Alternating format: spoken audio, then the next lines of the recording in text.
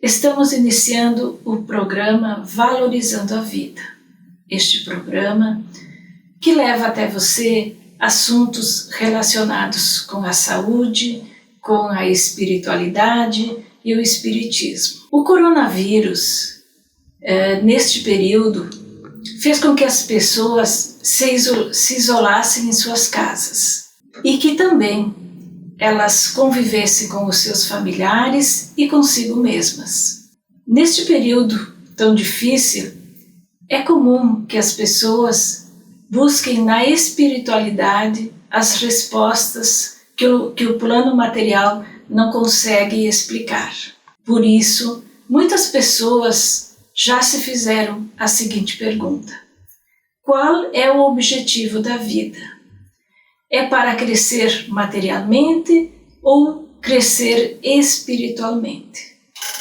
Para a maioria das pessoas, é usufruir o máximo que os prazeres terrenos possam apresentar. Na medida em que a vida prossegue e se desenvolve, a gente percebe que tem sede de mais coisas. Segundo os filósofos contemporâneos, o sentido da vida hoje seria nós termos um ideal. O objetivo da encarnação é o progresso, é a conversão dos valores materiais para valores transcendentais. Porque na vida de todos nós há lutas, desafios, há sofrimentos, provas, crises. E quando nós passamos por esses momentos, a gente começa a se questionar realmente o que vale a pena. Por que vivemos? Para que vivemos? De onde viemos? Essas perguntas que o Espiritismo consegue com muita clareza nos abrir filosoficamente, nos situando dentro da vida, nos contextualizando dentro da vida, faz-nos entender que estamos num corpo, entre o berço e o túmulo, num segmento dentro da grande vida. E Allan Kardec, ele faz um questionamento muito interessante quando ele, no Livro dos Espíritos, quando ele diz que a nosso objetivo da vida é buscar a felicidade e que nós só seremos felizes quando praticarmos as leis de Deus, quando praticarmos as leis naturais. Porque muitas pessoas, depois de conseguirem o seu emprego, depois de conseguirem o seu casamento, depois de terem os seus filhos, estarem na classe social que almejaram, percebe que não são tão felizes assim quanto imaginavam. Depois de adquirirem os seus objetivos, atingirem os seus objetivos, elas percebem que está faltando alguma coisa. E o que está faltando? É o momento em que a gente é convidado pela vida a olhar um pouquinho para dentro. Será que não está faltando alguma coisa interior? Será que a vida não tem um propósito superior? Para a doutrina espírita, importa considerar: é só esta vida ou é a vida em seu sentido, até diríamos, infinito? Não podemos estar no corpo e levarmos a vida de qualquer jeito, como quem leva com a barriga. Há que termos uma filosofia de vida. Ninguém reencarna para não fazer nada. A reencarnação tem sim como objetivo o aprimoramento. E o aprimoramento só acontece no desenvolvimento das virtudes, das qualidades morais que todo espírito é capaz. Posição social, salário, os bens materiais, certas conquistas, elas são importantes, são valiosas, nós devemos buscá-las, devemos alcançá-las, mas elas são instrumentos para a construção de algo muito mais valioso dentro de nós mesmos. É nesse momento, quando a pessoa atinge esse estado de maturidade, que ela começa a pensar nas questões espirituais da vida. Conviver com o ideal, abraçar uma causa, ter um compromisso, ou seja, engajar-se. Então, esse engajar é uma forma de nós nos preenchermos, não é? E nos realizarmos como existentes. Vemos muitos pais dizendo assim: eu não vou colocar filho na vida, esse mundo está tão cão. E vejo outros dizerem: eu preciso colocar filhos na vida para transformar esse mundo cão. Qual é a nossa contribuição no mundo? Qual é a nossa missão existencial? Isso a filosofia espírita nos ajuda a pensar e nos ajuda a balizar para que o nosso comportamento ele possa estar apontando na direção da felicidade e não só do sucesso. Todas as aquisições materiais são instrumentos para a realização de algo. Muitas vezes alguém nasce no mundo com muitos recursos materiais porque ele traz uma missão de proporcionar o progresso. Cabe a ele a tarefa de gerar o progresso da comunidade na qual ele está inserido. E ele deve cumprir essa missão com a maior seriedade e com a maior dedicação possível, levando o progresso material, o desenvolvimento da sua comunidade, cumprindo a sua missão. O que ele não pode é se encantar com o instrumento e esquecer da tarefa. Toda pessoa que vive exclusivamente para os assuntos de ordem material se afasta dessas situações melhores, que é o assunto de ordem espiritual, e passa realmente a ficar muito aflita, porque a vida material faz tantas exigências, estabelece tantos compromissos, que o espírito ele se desarranja, ele fica realmente em uma situação de desconforto de ordem espiritual. Porque quando alguém na sua família tem um câncer, uma doença terminal, quando ela perde alguém que ela ama, quando ela perde um emprego, ou quando ela perde bens materiais, ela enfrenta alguma dificuldade, essa criatura fica muito frágil, porque ela depositou todos os seus valores, todas as suas esperanças, todos os seus propósitos em questões que são passageiras, que são variáveis. É extremamente difícil conceber a vida que nós temos hoje sem acreditarmos numa vida espiritual, sem acreditarmos num planejamento superior, sem acreditarmos na ideia de reencarnação. O que é que nós estaríamos fazendo aqui? Para que passar por tanta dificuldade, por tanto sofrimento, trabalhar tanto, correr tanto, se esforçar tanto, se quando a gente morrer, acaba tudo, enterra e pronto. Então, não acreditar nessa vida posterior, não acreditar na possibilidade de reencarnação, tira o sentido da vida e o objetivo de tudo isso. Porque tudo que é material se desgasta e se transforma. Tudo está em renovação. Eu me recordo, por exemplo, da minha cidade natal. Quando você volta para a cidade, você tem uma imagem da cidade que você nasceu e você vai lá fazer uma visita depois de 30, 35 anos, você vê que a cidade mudou completamente. Aquela cidade natal que você imaginava da sua infância não é mais a mesma, né? Eu, às vezes, me olho no espelho e vejo como que está mudando tudo, né? O corpo vai envelhecendo, tudo se transforma. Tudo na vida material é um convite à renovação.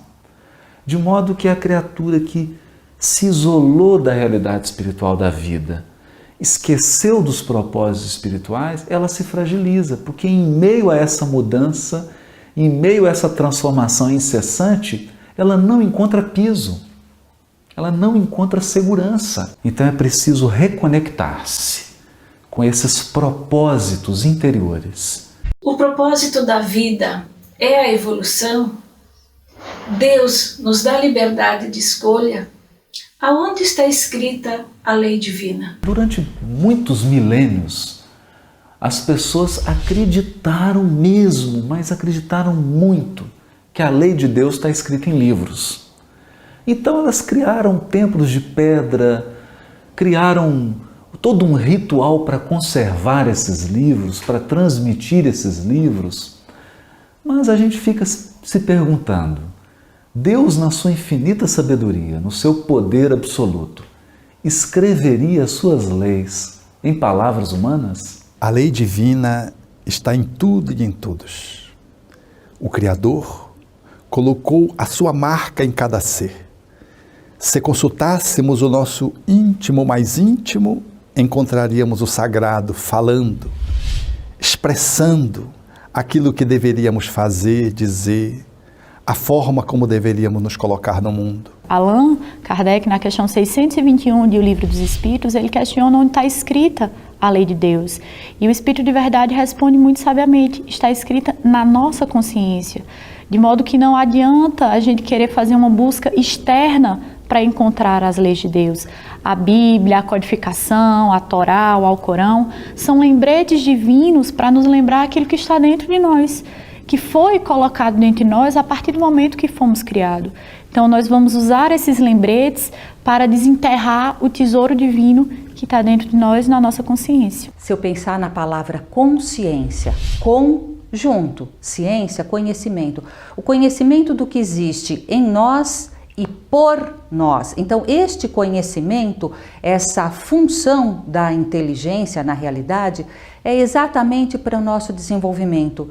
Deus nos deu para o aprimoramento a voz da consciência para compreender que as tendências do passado precisam ser superadas, suplantadas. A transcendência é o objetivo. Se o nosso ego humano estiver a serviço desse Deus, é tudo de bom. O ego é um bom servo, mas não é um bom senhor. Se o ego quiser ocupar o palco da vida em detrimento da nossa consciência, estamos perdidos. No palco das nossas realizações, elas serão bizarras, confusas, infelizes. E toda vez que a gente faz algo que contraria a lei de amor, que é a lei soberana da vida, nós sentimos as consequências em nós mesmos. Basta pensar, quando você se irrita, você perde a cabeça, fica muito nervoso, as consequências que isso tem para o nosso organismo físico. Quando a gente tem uma mágoa, tem um ódio, isso nos adoece. É um sintoma de que a lei está em nós. Quanto mais estamos no processo do aprimoramento, no desenvolvimento das competências todas, intelectuais, morais, corporais, mais nos desenvolvemos, mais compreendemos qual é o nosso propósito. Nosso propósito na encarnação é sim a evolução. E há muita sabedoria quando a gente começa a se observar. Observar aquilo que nos faz mal, aquilo que nos faz bem, aquilo que traz felicidade, que traz harmonia e aquilo que traz tristeza, depressão, ódio, inveja. Deus, essa amorosidade que se expressa através das suas leis, fazendo valer o nosso critério evolutivo pelas escolhas que fazemos. Jamais Deus castiga, porque Ele não é um velho barbado, assentado num canto do universo, apoiado num cajado, observando quem peca. Isso é uma visão mítica. Então Deus não pune, Deus educa, Ele ensina, Ele dá oportunidades para que a gente erre e corrija.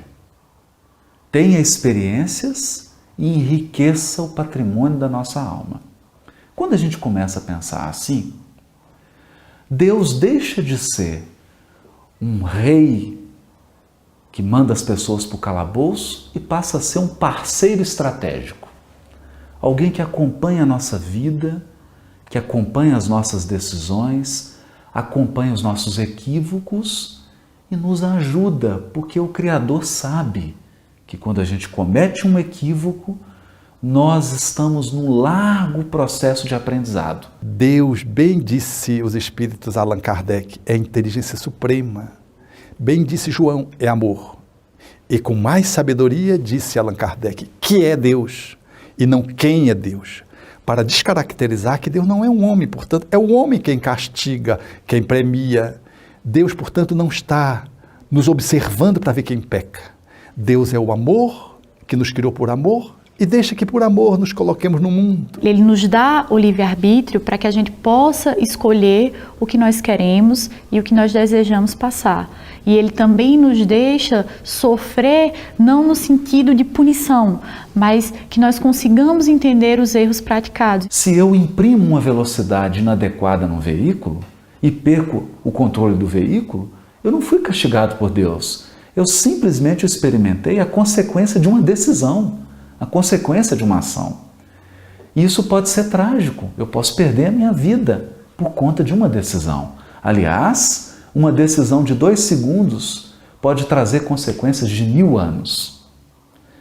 Isso nos ensina que nós devemos pensar sobre as nossas escolhas, sobre o que a gente quer, educar o nosso desejo e começar a utilizar esse grande consultor que é Deus, esse Pai amoroso que está ao nosso lado o tempo todo. Deus não castiga, Deus não premia, porque Ele não tem as qualidades humanas. Estes sentimentos nos pertencem. Deus, infinitamente justo e bom, nos oferece oportunidade para evolução. Isso também os bons espíritos. A todo momento que nós fizermos uma prece sincera e pedir ajuda aos benfeitores espirituais, ou guia espiritual, ou anjo da guarda, ele sempre nos auxiliará e nos inspirará para que nós possamos retomar o caminho que por ora nós saímos. Então nós temos que ter na divindade a certeza de que um pai jamais esquece o seu filho. Como explicar uma criança de 3 anos com um câncer terminal? Como explicar alguém que nasce com paralisia cerebral? Como explicar alguém que fez tudo certo? Uma pessoa honesta, digna, previdente, ele fez tudo certo, mas ele perdeu todo o seu patrimônio. A reencarnação, ela facilita para a pessoa uma compreensão do sentido, da finalidade, do objetivo da vida terrena. É nesse momento que a gente percebe que uma vida é pouco. Uma vida é insuficiente para explicar a complexidade da existência. Nós precisamos de um quadro mais amplo. E esse quadro mais amplo são as vidas sucessivas. Quando nós sabemos que esta vida é uma passagem, é um momento do eterno, nós modificamos os nossos valores, a nossa visão, a nossa concepção existencial. Quanto mais desenvolvemos a nossa inteligência, a nossa competência, a nossa consciência, mais fazemos a conversão de valores materiais para valores transcendentes. É da lei natural a lei de evolução. Então todos nós iremos evoluir. Evolui-se pela dor? Também. A proposta é que só pela dor se evolua? Não. A evolução, o progresso espiritual deve acontecer pela aprendizagem. Aprender é superar a ignorância, a limitação e atingir um estado mais evoluído. Isso acontece pelo esforço, isso acontece pelo compromisso, isso acontece pela seriedade. A dor faz parte quando deixamos de cumprir as nossas tarefas. A partir daí, a reencarnação, é claro, é para cada criatura a possibilidade do perdão divino, a forma com que Deus nos possibilita o recomeço para corrigirmos os erros do passado e os de hoje. Você já se perguntou quem eu sou? Quais são os meus sentimentos? Qual é o meu propósito de vida? As pessoas têm tirado muito a sua identidade da sua atividade profissional. Então você pergunta para uma pessoa assim, oi, quem é você? Ele fala, eu sou médico, eu sou juiz de direito, eu sou advogado, eu sou veterinário, eu sou agricultor, eu sou empresário. E na verdade isso não é o que você é o que você faz uma parte da sua vida. Porque ninguém nasceu médico. A pessoa se tornou médico num determinado momento da vida, mas até esse momento ela foi alguma coisa. As virtudes que eu reencarnei para desenvolver, eu estou desenvolvendo? Eu preciso perguntar-me, o que eu desejo nesta fase? Como eu estou nesta fase da minha vida? Eu posso aprimorar-me? O que eu ainda posso construir? O que eu posso melhorar para o mundo? Quais são as competências que eu posso auxiliar no desenvolvimento? Porque a vida é muito rica, ela tem muitas possibilidades e depois da aposentadoria nós podemos viver emoções únicas que só a aposentadoria proporciona. Em todo momento o espírito ele aprende, porque ele faz experiências diferentes em todos os estágios da vida material. No Livro dos Espíritos, na questão 886, Allan Kardec pergunta aos benfeitores espirituais qual é o sentido da palavra caridade e como a entendia Jesus. E a resposta dos benfeitores é a seguinte: benevolência para com todos, ou seja, querermos bem a todas as pessoas, indulgência para com as falhas alheias, se eu erro, uma outra pessoa também erra, e perdão das ofensas. Quando conseguimos entender que nós não estamos nessa vida só e que nós precisamos do outro para evoluir, que nós estamos juntos no mesmo barco, em busca de uma evolução, em busca de um bem maior, nós vamos entender que fazer o bem para o outro, praticar a caridade, praticar o amor, não é algo que vem por obrigação, mas é algo que preenche o nosso ser e que é algo que surge naturalmente. Auxiliar o outro é auxiliar a nós mesmos. O resumo de tudo que Jesus nos ensinou é o amor. Então, o amor e a caridade é o principal objetivo da nossa vida.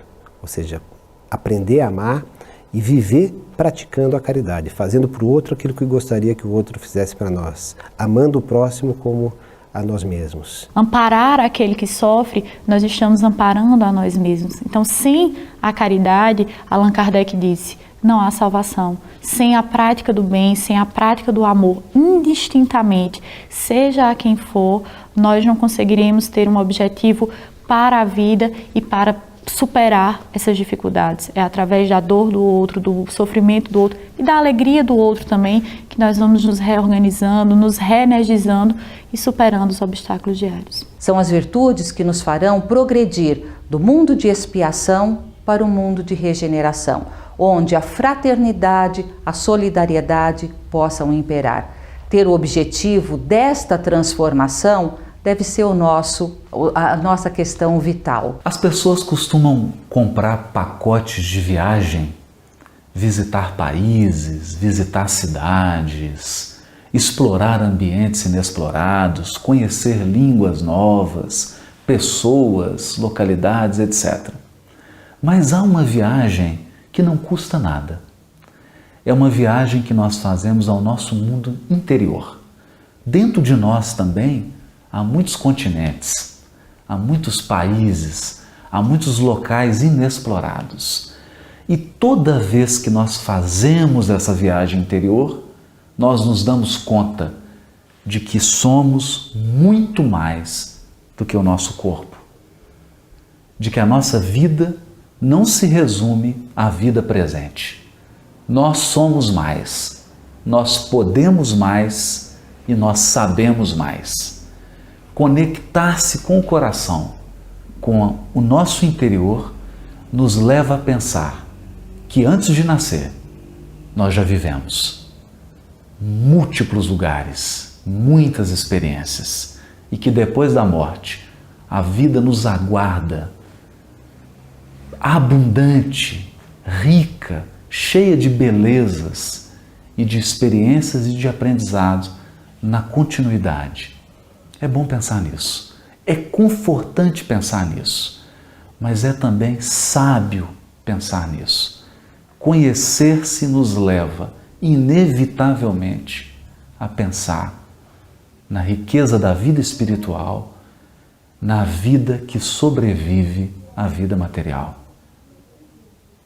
Vale a pena refletir nisso, vale a pena fazer essa viagem. E o melhor de tudo, não custa nada. O nosso convite é que você se conheça e que você trace metas para a sua vida. Ninguém de nós veio a este mundo a passeio. Todos nós viemos com propósitos. Primeiramente, os nossos propósitos são espirituais, aqueles que a gente leva junto quando fizer a passagem deste mundo material para o mundo espiritual. Esses propósitos, eles estão ao alcance de todos nós.